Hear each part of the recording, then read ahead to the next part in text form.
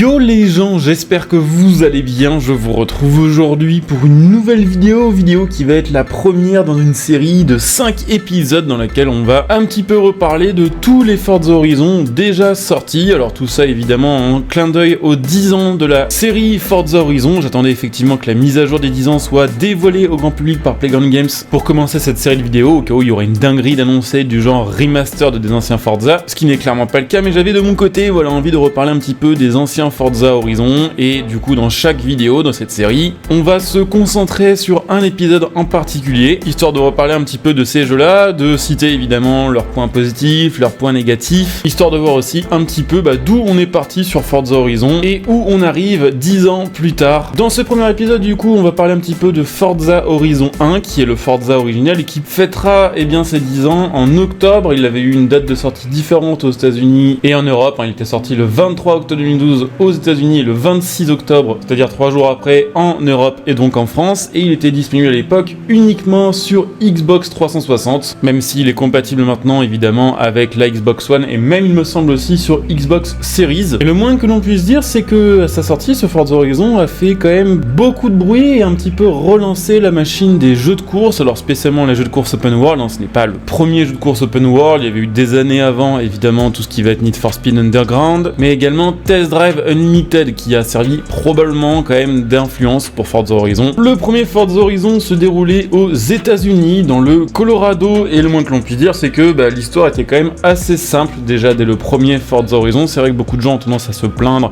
que depuis Forza Horizon 3 il y a vraiment plus du tout d'histoire, mais au final l'histoire de Forza Horizon 1 est assez bateau. On va incarner un nouveau pilote, un jeune pilote qui conduit une Volkswagen Corrado VR6, qui est d'ailleurs une voiture mythique dans la série des Forza Horizon. Certains d'ailleurs considèrent que sur ce Forza Horizon 1, la Corrado VR6 est tout autant l'aérocar que la Viper GTS de 2012, qui était pourtant la voiture sur la jaquette. Mais la Corrado étant une voiture que tout le monde a eu sur Forza Horizon 1 et qui était un petit peu le starter obligatoire à l'époque, a vraiment beaucoup marqué les esprits. Donc voilà, on était un nouveau pilote, on était un Volkswagen Corrado VR6 et on participait au festival automobile Horizon, et le but c'était tout simplement de faire des courses pour un petit peu prouver son niveau jusqu'à vaincre tout simplement les différents boss, les différents leaders du festival Horizon, dont évidemment le boss final qui était Darius Flint et qui est mythique avec sa Ferrari 589 XX. Donc histoire très classique sur ce premier Forza Horizon, mais il n'y avait pas besoin de plus on va dire pour marquer les esprits, tant le jeu était abouti pour l'époque sur tous les points. Déjà graphiquement à l'époque le jeu était quand même assez incroyable. Alors effectivement les gars de chez Playground Games avaient quand même déjà pu profiter un petit peu de l'expérience précédente des Forza Motorsport et de moteurs déjà existants et de moteurs déjà aboutis pour arriver avec des graphismes vraiment haut de gamme pour l'époque, mais ça avait été cumulé justement à la vibe Horizon avec des couleurs beaucoup plus chaudes, des couleurs beaucoup plus saturées que sur un Forza Motorsport et pas mal d'effets visuels qui étaient beaucoup plus tape à l'œil, qui contribuaient vraiment à donner un aspect festif, un aspect vraiment plus vivant à un Forza Horizon qu'un Forza Motorsport. Mais le jeu, même s'il est sorti il y a 10 ans, reste agréable à regarder graphiquement, même si évidemment on fait la comparaison entre un Forza Horizon 1 et un Forza Horizon 5. Le 5 est évidemment beaucoup plus joli, mais le Horizon 1 reste tout à fait jouable et tout à fait acceptable graphiquement et même plus propre je dirais que certains jeux sortis 3 ou 4 ans après. On y retrouve, je vous le disais, une map inspirée du Colorado, alors une map qui était un petit peu moins ouverte que celle des Forza sortis après, puisque même si Forza Horizon 1 est un open world et qu'on peut globalement se promener sur à peu près toutes les routes, on n'a pas encore la possibilité à l'époque de ce Forza Horizon 1 d'aller vraiment partout sur la map. Il y a beaucoup de parcelles de route qui sont bloquées par des rails, on ne peut pas vraiment aller faire du off-road et aller vraiment dans tous les recoins de la map, ce qui sera corrigé avec les Forza Horizon suivants. La liste de voitures est pour l'époque assez impressionnante, même si moins fournie qu'un Forza Motorsport de l'époque. On retrouve quand même 209 véhicules sur Forza Horizon avec tous les DLC compris, donc il y a vraiment un petit peu de tout. Des voitures modernes pour l'époque, aussi bien des voitures un petit peu plus anciennes, ça remonte jusqu'aux années 50 pour certains modèles. On y retrouve des américaines, des italiennes, des allemandes, des françaises, bref, vous l'aurez compris, des voitures de tous les continents et de tous les pays les plus productifs en termes d'automobile. Et puis on y retrouve évidemment de tout type de voitures, c'est-à-dire aussi bien des supercars que des SUV, que des berlines, ce qui pour l'époque était très chouette. Alors effectivement, en plus on pouvait déjà les améliorer, on pouvait aussi évidemment les customiser, ce qui avait déjà énormément à l'époque participé à la réputation de Forza Horizon 1. En plus de ça, les voitures sonnaient particulièrement bien pour l'époque, on avait vraiment des sons qui étaient parfois même meilleurs que ceux qu'on peut retrouver sur Forza Horizon 5. On avait des voitures qui avaient des sons vraiment vibrants, des sons parfois un petit peu saturés, avec vraiment des différences de volume d'un véhicule à l'autre, ce qui participait vraiment à l'ambiance du jeu et ce qui participait vraiment à l'affection que l'on pouvait avoir pour tel ou tel modèle du jeu. Justement, par exemple, la Ferrari 599XX du boss final faisait un son incroyable qui était bien meilleur et bien plus stylé que le son que ces mêmes modèles de voitures font sur les Forza Horizon plus modernes. Le jeu se voulait quand même un minimum réaliste sur pas mal de points et à l'époque la différence entre la physique de Forza Motorsport et la physique de Forza Horizon était bien plus moindre que celle que l'on a maintenant entre un Forza Horizon 4 et un Forza Motorsport 7. Alors on va pas vraiment comparer ça au Horizon 5 puisque l'Horizon 5 est sorti longtemps après le Motorsport 7, on pourra plutôt le comparer en termes de physique à Motorsport 8 puisque Horizon 5 est honnêtement, et ça on aura l'occasion d'en reparler dans la vidéo dédiée,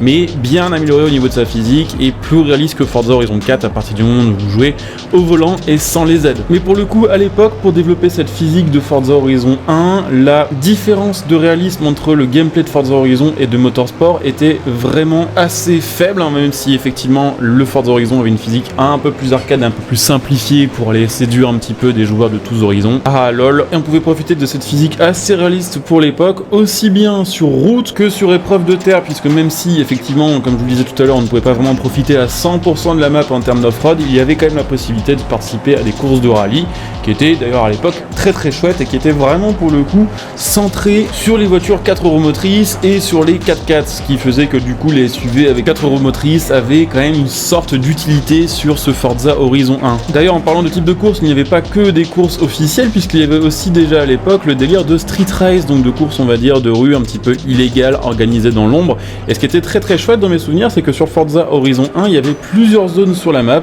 notamment des parkings où il y avait des meetings de voitures entre guillemets, des meetings solo avec des IA où on pouvait lancer des courses en 1v1 en mode street race, course un petit peu illégale, et chaque type d'événement avait son boss et avait son directeur de festival, et évidemment on pouvait les affronter et on pouvait aussi du coup avancer dans le jeu via ces affrontements qui étaient au final complètement nécessaires pour aller vaincre le boss du festival qui était Darius Flint. Globalement ce Forza Horizon a eu vraiment des bons retours de la part du public, les notes sont en général entre 14 et 17 sur 20 sur la plupart des sites de test, et si on regarde la plupart des notes de joueurs, évidemment, même s'il y a de temps en temps des personnes qui mettent des très mauvaises notes ou des notes vraiment excellentes, du 20 sur 20, globalement la moyenne est aussi aux alentours des 15 sur 20. Et il faut pas oublier qu'à cette période-là, il y a 10 ans, les jeux qui avaient entre 15 et 16 sur 20, la plupart du temps le méritaient vraiment. La presse jeux vidéo était beaucoup plus dure à convaincre et il y avait moins souvent des jeux random qui se retrouvaient avec des 16, 17 ou 18. Même si évidemment, voilà, quand on regarde ce Forza Horizon 1 avec nos joueurs de Forza Horizon 5, on peut voir que bien sûr Forza Horizon 1 est bien moins beau graphiquement, bien plus faible en termes de contenu, voilà, en termes de taille de map aussi évidemment, en termes de durée de vie, puisque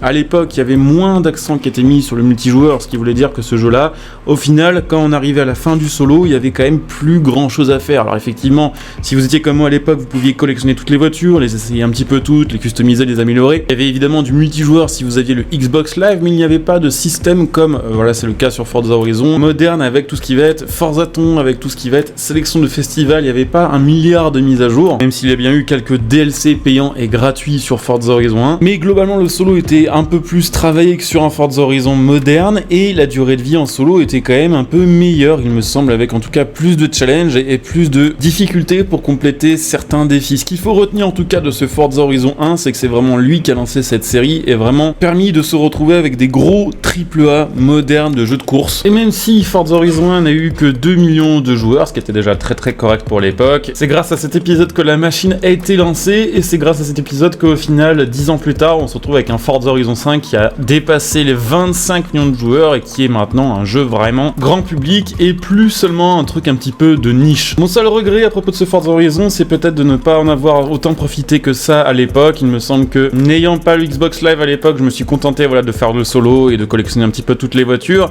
et le problème c'est que maintenant ce Forza Horizon on ne peut plus l'obtenir, malheureusement on ne peut plus l'acheter, ce qui veut dire que si malheureusement à l'époque vous n'avez pas pu en profiter, ou si ces dernières années vous n'avez pas, on va dire, fait le choix d'acheter ce Forza Horizon 1, maintenant ça va être très compliqué d'y jouer, il faut le trouver en physique. Or Forza Horizon 1, je vous le disais, a été beaucoup moins vendu qu'Horizon 5, donc trouver une bonne version, en bon état, en version physique de quelqu'un qui le vend, ça peut coûter très cher. On voit vraiment de temps en temps des Forza Horizon 1 qui sont à 50 € d'occasion. Et vu qu'à l'époque en plus le jeu est en exclusivité sur Xbox 360, bah, c'est pas vraiment possible de trouver gratuitement quelque part sur internet pour le jouer sans le payer. Pour son temps, le Forza Horizon 1 était vraiment insane, vraiment réussi sur tous les points, comme j'ai essayé un petit peu de l'expliquer au fur et à mesure de cette vidéo. Et je pense que pour la plupart des joueurs qui ont joué à l'époque et qui ont joué aux autres Forza Horizon